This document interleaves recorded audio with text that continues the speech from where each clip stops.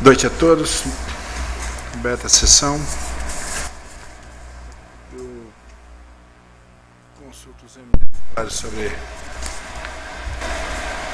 o procurador a respeito da ata anterior.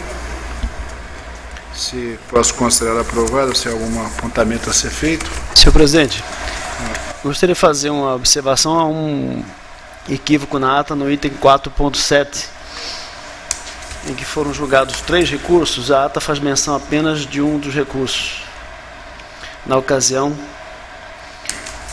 o recurso interposto pelo prefeito foi julgado parcialmente provido, deu provimento parcial, para reconhecer a preliminar de decadência quanto ao direito de cassação do mandato.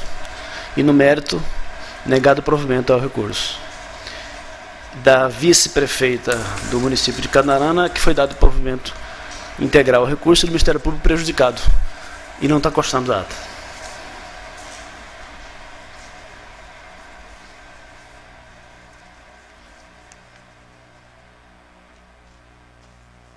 Certo.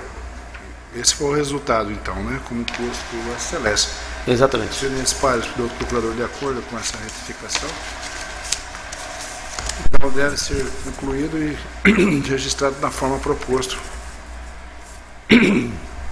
pelo Dr. Jonas Gataz Dias. Feita essa retificação. Então, passemos então aos julgamentos.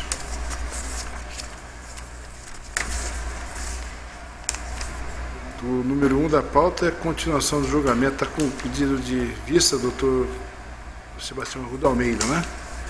Presidente, eu solicito o adiamento. Adiamento por uma sessão, então, a pedido do eminente par. O 2 da pauta, processo número 537606-2010, prestação de contas de candidato a deputado federal, eleições de 2010, requerente Adair Rufino Silva Filho, candidato.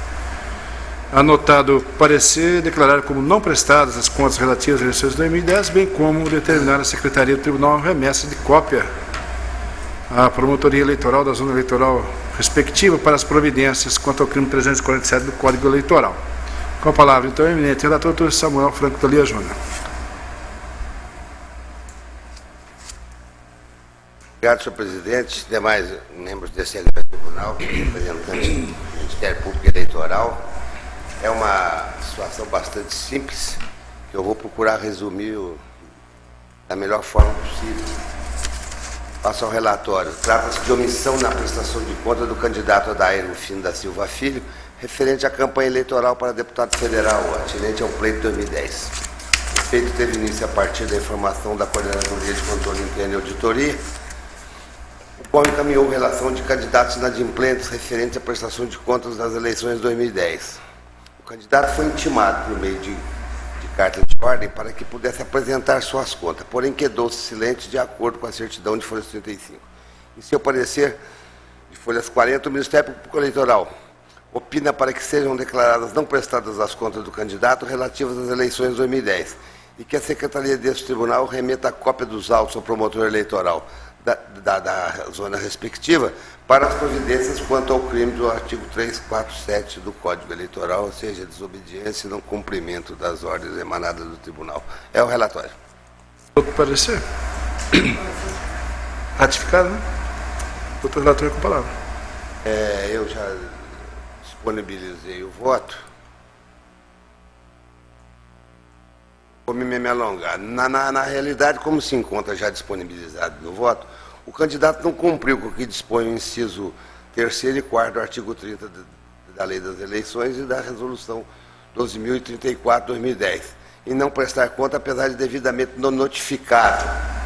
Não cumpriu, pois essa obrigação, e dessa forma, de pleno acordo com o parecer ministerial, eu estou julgando não prestadas as contas do candidato Adair Rufino da Silva Filho, referente ao pleito de 2010, e determina a Secretaria deste Tribunal que remeta a cópia dos autos ao promotor eleitoral da respectiva zona para as providências quanto ao crime previsto no artigo 347 do Código Eleitoral, ou seja, por não haver cumprido com determinação da Justiça Eleitoral.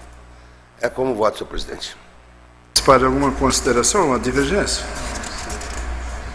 Então, o tribunal, por unanimidade, declarou como não prestadas as contas do requerente Adair Rufino da Silva Filho nos termos do voto do relator.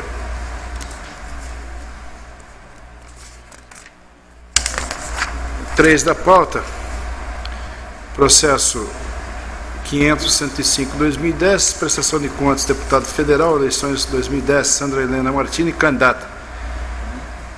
Outro parecer pela desaprovação das contas. Com a palavra também o excelentíssimo senhor Dr. Samuel Franco Galera Júnior, relator. Eu vou disponibilizar o voto aqui.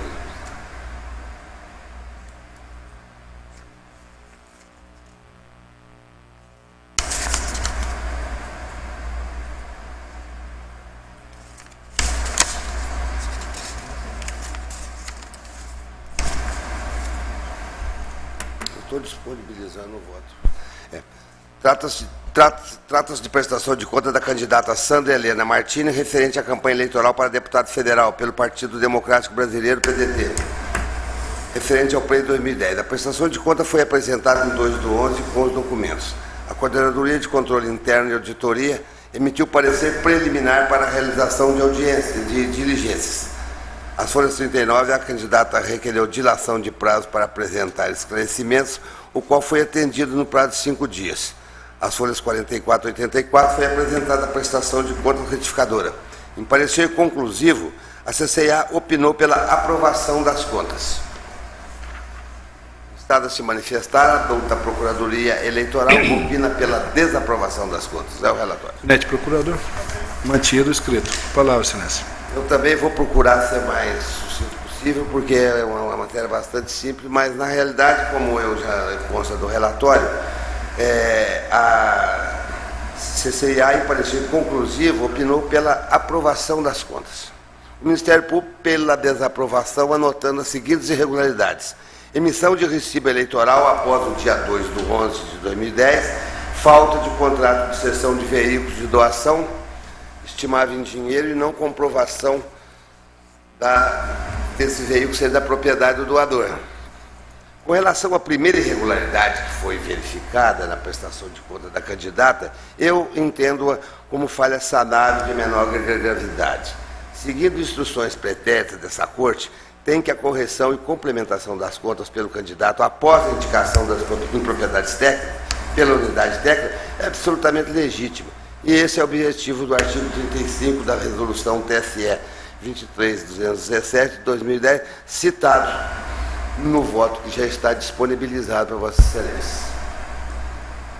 Desse modo, eu entendo que o preenchimento do recibo eleitoral, feito posteriormente pela candidata, foi na realidade uma tentativa de sanar a falha apontada pelo órgão técnico, mesmo porque ela já não mais dispunha de outro recibo que pudesse ser utilizado para regularizar a doação. Então, eu entendi que essa foi uma falha que não tinha tanta gravidade ao ponto de reprovar as contas. Mas eu não consegui, mesmo não vislumbrando essa gravidade, essa irregularidade grave no preenchimento posterior do recibo eleitoral, eu reconheço que a segunda falha apontada pelo parqueiro eleitoral, que é justamente falta de contrato de cessão de veículo referente àquela mesma doação, e falta com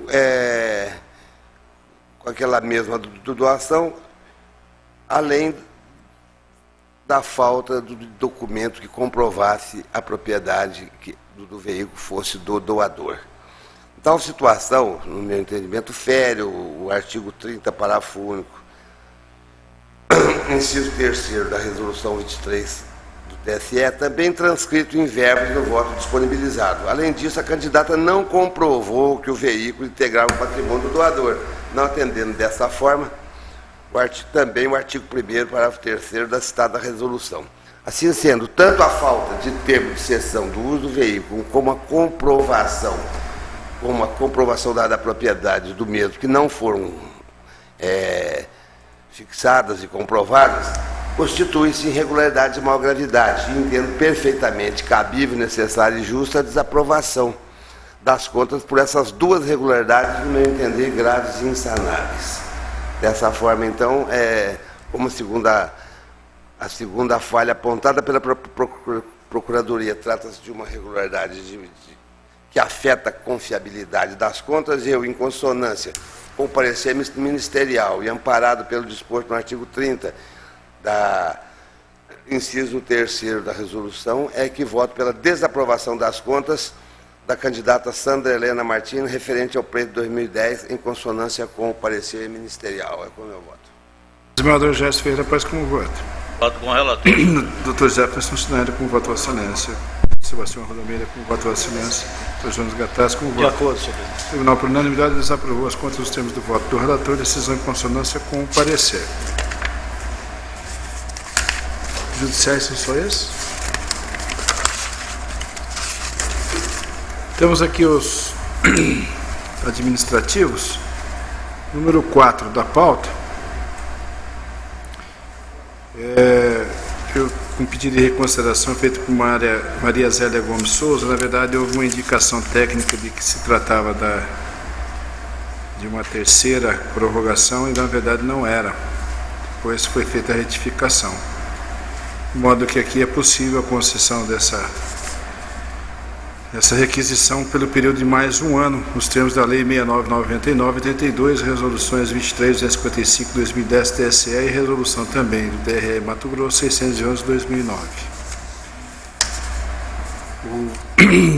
O outro da pauta, processo 245/16 de 2011, nós temos aqui o nosso calendário, né? Para agosto de 2011, os dias 2, 4, 9, 16, 18, 23, 25 e 30, às 18 horas, mantendo o nosso padrão de terças e quintas-feiras, né? Parece só no dia 11 de agosto que parece que nós tivemos que excluir em razão da data comemorativa da instalação dos cursos, né? E o protocolo outro, de número designação de juiz substituto em razão de férias de juízes eleitorais titulares. Para a 10ª zona eleitoral, a doutora Eunice Jaqueline Costa Silva Queruli. 14ª zona eleitoral, Jaciara, doutora Gisele Alves Silva. 20ª zona eleitoral, Porto Alegre do Norte, João Francisco Campos Almeida. 40ª, a zona eleitoral de Primavera do Leste, Luiz Otávio Pereira Marques. E o doutor Almir Barbosa Santos para a 61ª zona eleitoral de Comodoro. Meus pares, alguma consideração? Todos de acordo? Estão todos de acordo? A ata já retificada. O item 4.7 é isso, eu poderia só ler. Assim. 4.7, que foi indicada pelo Dr. Jonas Gattas Dias, ficou da seguinte forma. Acordam os membros do Tribunal Regional Eleitoral do Mato Grosso, por unanimidade, em rejeitar as preliminares de cerceamento de defesa e de não conhecimento do recurso ministerial, dar provimento parcial ao recurso interposto por Walter Lopes Farias e provimento ao recurso interposto por Marilei Bia, a fim de reconhecer a decadência para a cassação dos mandatos eletivos dos recorrentes nos termos do voto do relator. No mérito, também por unanimidade, negar provimento ao recurso interposto por Walter Lopes Farias e ao recurso interposto pelo Ministério Público para majoração da pena imposta na sentença. Todos de acordo? Então, aprovada a ata da sessão anterior, com a retificação operada. Tá bom, né?